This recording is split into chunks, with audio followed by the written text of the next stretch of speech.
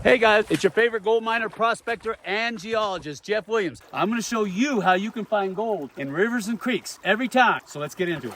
Now, the first step in finding gold anywhere is to do your research. You've got to know that that district produced free mill gold, and you got to know what size the gold was. Was it fine gold off a low deposit? Was it placer gold? Was it coarse gold? Or was it nuggety? And when you're in rivers and creeks, check for the side tributaries that are feeding into it. And remember, don't pan in flow sand. There's no gold in flow sand. That's flow sand. There's not going to be any gold whatsoever in it. If you got big heavy rocks like these and they're sitting on bedrock, that's a perfect place. Bottom of waterfalls too, if you got bedrock down there, because if not, the gold's just going to keep dropping and dropping. Another good location is this. This is moss. This stuff captures really fine gold. Tear chunks of it off and pan that. Another good location, these gravel zones that you see down here. And look for those big, heavy black rocks, the rounded river rocks. You're gonna dig into that, you're gonna sample, and that's what we're gonna do today. So I'm gonna dig this stuff out, I'm gonna pan it, and I'm gonna see if I got anything whatsoever in it. And the reason why this is important is because I've got a large creek coming down off these mountains, and I've got a lot of lode mines up at the very top. So this will tell me right away and give me a snapshot of what's going on in the area that I'm at. And that's what you should be doing too.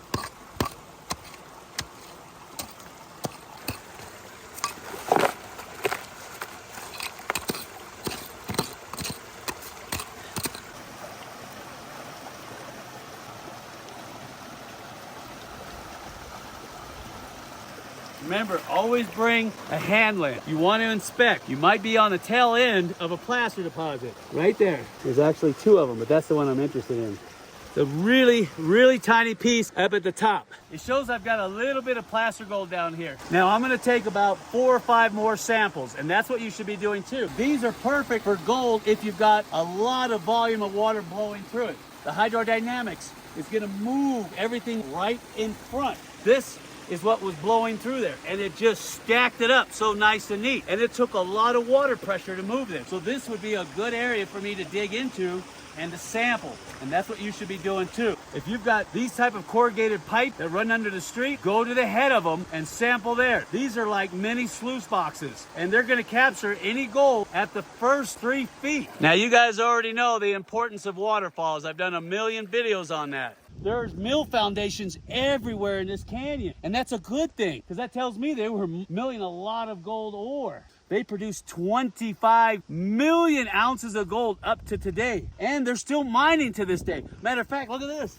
That's a man-made mountain. Those are called heap leach pads, and they're pulling the material out, crushing it down, and then they're stockpiling it into what looks like a step pyramid. In between each step, they have all these black sprinkler lines that are spraying out 24 hours a day a solution of sodium cyanide and water. And on the bottom is this huge black impervious plastic pad that all that is sitting on. And so what happens is over the years, all that sodium cyanide and water solution percolates down through all that low-grade ore. And what it does is it dissolves the gold out of the rock. I know that sounds weird, but cyanide will actually dissolve gold and put it in solution. And the pad sits at about a 30% grade. So all that impregnated cyanide solution flows down and is collected up by a series of pipes. And in the old days, they would run that through what's called a Merrill-Crowe process, which they use zinc to take the place of the gold ions, called dropping it out of solution.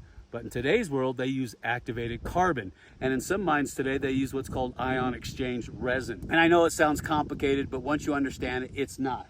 If you're gonna start looking for gold, make sure that you find a very gold-rich producing district, and it had to produce free mill gold. Because I gotta have that gold. All right, so come on, let's go. Look at that. There's a nice small fissure of quartz here with some iron staining in it.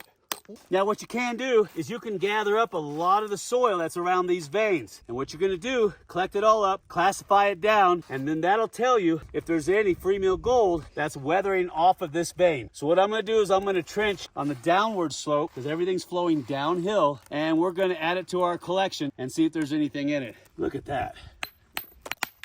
That's why you always bring a jeweler's loupe with you. Even though you're looking for placer gold, sometimes the placer gold is going to be really fine. So you're going to need this to see if you're on the tail of a deposit. And if you happen to encounter an outcropping. Oh, there's gold right there. That is nice. I wish I would have brought something better for you to see, but there's an itty bitty piece right on the edge. So I'll continue to take soil samples right along the vein here.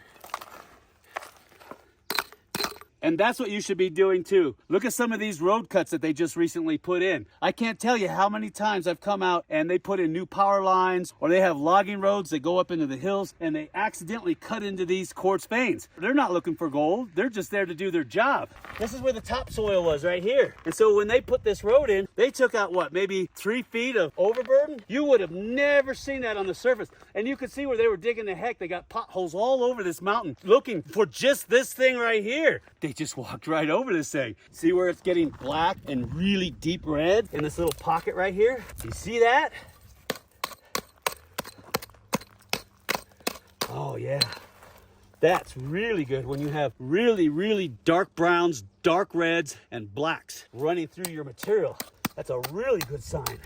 All right, I better stop because I'm gonna drop a shaft here, I guarantee it. Wow, look at this cribbing wall. And it goes all the way down and around the corner. You imagine each one of these was hand cut? That's gotta be a good 40 feet high. Oh, look, there's a dynamite box. Look. It's an old powder box that they crammed in there when they were backfilling all this. These are the locks that you see in a lot of the collars of the mine shafts. A lot of people ask me, Jeff, I see these weird looking things sticking out inside the mine shaft. So when the cage comes up and gets to the top, there's a lever connected to this crossbar. He would pull on it and then these 2 bars would come out like this. Then the hoistman would drop the cage down on top of this. That would stabilize the cage. That way there was no chance of it falling and the men and the mine cars could get off safely or get back on. And then when everyone was on, the cage operator would be signaled, ding, ding, ding, ding. The cage would go up just a little bit. The operator would pull back on the levers. These bars would retract in and they could drop the cage down the shaft. And so on every level, you had one of these. And in fact, I got a video coming up where we take a cage down 1,000 feet so you can actually see what it looks like when these are operational. Now you see those trenches right there? Those are man-made. And the old timers dug those there, and that is a good place to sample. So if you see these gouges that are in the side of the hill, sample them. Look at this, I got prospect pits everywhere up here on the side of the hill. And there's a lot of placer gold on these hills too. The question is, where's it coming from? Now look at these pits. See that? You got a pit right here, and look over here. You got another one. This is a really big pit. You fall into this one. And there's an old kettle down there too. There's pits all over the place here. Look at this. There's another pit right there. Another prospect pit. Oh, you know you're getting close when you see that. Isn't that beautiful? Looks like an ore bin and maybe even sortation room. Let's go take a look. Let's go take a look. Look at that. Isn't that cool? Oh yeah, there's the ore bins. There's the ore bins. Nice. Yeah, and this would be the sortation table here. Oh yeah, here's the chutes. Here's the chutes. There's the other room. Wow. Unfortunately, there's no ore left in them, but this is a good sign because that means that they were finding really good ore. And I see prospect pits everywhere. And then what we'll do is we'll get to the very bottom of the creek and we'll sample that. Oh yeah, there's the mine dumps right there. See all that yellow rock? That is sulfides. And it's really easy to spot. It's loaded with sulfides. And I got tons of muscovite in here too. Now, I'm not going to pull any samples from this because it looks like it's just loaded with sulfides. Yeah, there might be some free mill gold in here, but unless it's oxidized out all the sulfur, it's going to be a pain in the butt. I don't know if you can see it, but there are sample pits everywhere. I mean, just gobs of them. There's one down here. They're all along the top of this ridge. Oh yeah, you know this area's got to be rich in gold. Ain't nobody digging this many holes. Look at this. All down the hill, all the way down there. There's one right here. Oh, I gotta get over to the creek and sample that. Look at this. There's just pits everywhere. There's one there, one there, one there. Big one here, big one there, little one there by the tree. You can see where they've been digging all the way down there. There's head frames all over the place. So what we'll do is we'll get down in here and pull some samples because I'm gonna assume the source is right up in here and it was all leaching out down into the wash. All right, you see these? These are placer trenches. This is where they literally trenched all the way up through here, and they put all the waste material on the side. You see that? And so the deepest part of this trench is going to be on the top of these piles. So we'll sample these. Oh, look at this. Red worms. Yeah, I know where your great-great-grandpappy's living. Oh, yeah, look at him. Does that mean there's gold here? You know, whenever you find worms, you find gold. All right, let me get him back in the ground so he doesn't dry out. I forgot to bring my 5-gallon bucket, so I'm just gonna use my backpack.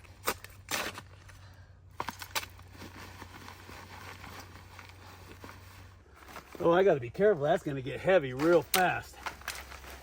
All right, we're gonna take this back down to the creek, and then I might take a few more samples down there. I see a really big hole in the ground over there. I might sample that one too. And then we're gonna take all this stuff down to the creek, and I'm gonna pan it out, see if we got anything. But I'm not gonna do anything until you smash that like button. Smash it hard! All right, now I'm down here in this V I've got where the old timers are digging here, and it comes into this one junction. So what I'm gonna do is I'm just gonna dig down as far as I can and pull the sample and put it in my pack. Wherever two creeks come together is always a good spot. Even after 100 years, because of erosion, all that gold is going to be collecting. And this is a good concentration point. And that's what you should be looking for too. All right, let me sample this area.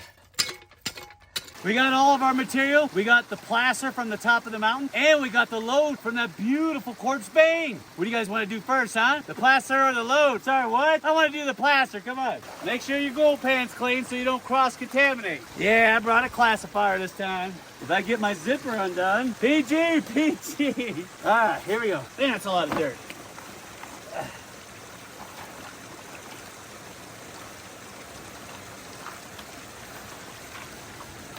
Here goes my water bottle. Let's see what we got. Let's see what we got. I don't know about you, but I'm excited.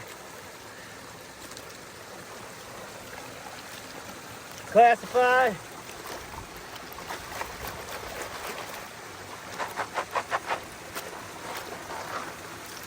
Get those out of here. All right. Here we go.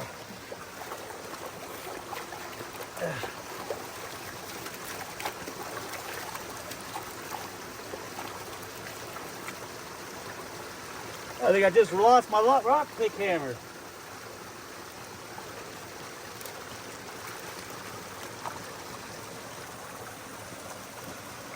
Moment of truth. Got a little black sand, that's good. All right. I don't want to lose him. All right, let's see what we got. I gotta hurry, it's gonna start raining. Come on, baby, give me something, anything. Anything. Woo, yeah!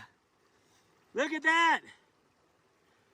1, 2, 3, 4, 5, 6, 7 pieces. Nice. That's a big one too. Look at the size of that monker. Yeah, now we're gonna do the load. Give me the load, baby. PG, PG. Yeah, I'm gonna need a new backpack. All right, let's go over here where it's deeper.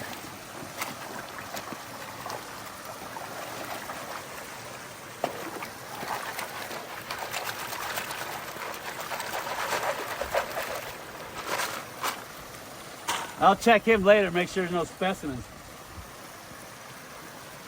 All right, here we go. And yeah, you're gonna get wet.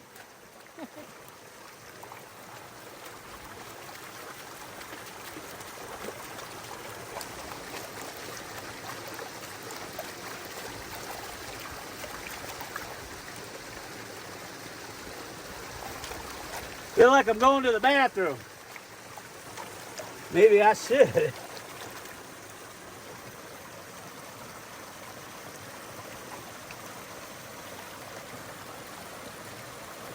Ooh, I don't know about you, but I'm excited. Ooh, look at that. A lot of black sand. That's as far as I want to go. Oh, that rain is coming in. I gotta hurry. Okay. Let's see what we got. What? A nail? What the heck? Don't want no stinking nail. I want gold. Yeah, ooh. I got 2 pieces right there. Maybe 3. Hold on, let me check it out. Wow. And some ultra fine. And they're all crystalline looking. That's pretty cool. This proves my point. Do your research first. I don't care if it takes you 6 months. Get boots on the ground. Get in there and sample, sample, sample. And check your side tributaries. Check your bedrock. You got to get up into these areas where there was placer diggings. You got to get down as far as you can. You might sample 100 times and then on the 100th one you find gold. But you just got to stick with it. It's there. And if you can, bring a VLF metal detector with you to check for specimen gold, especially on these lode deposits. Either a Gold Monster 1000 or a Gold Bug 2. And speaking of Gold Monster 1000s, we give a brand new one away every month. All you got to do is look for the little icon at the end of the video that looks like that. Click on it, make a $10 pledge, and you're in like Flynn. Oh, and we give away bags of pay dirt, silver bars too, and you can come out on our 3-day gold mining trip. Anyway, I got to get out of here because the rain's coming. And smash that like button. Smash it hard.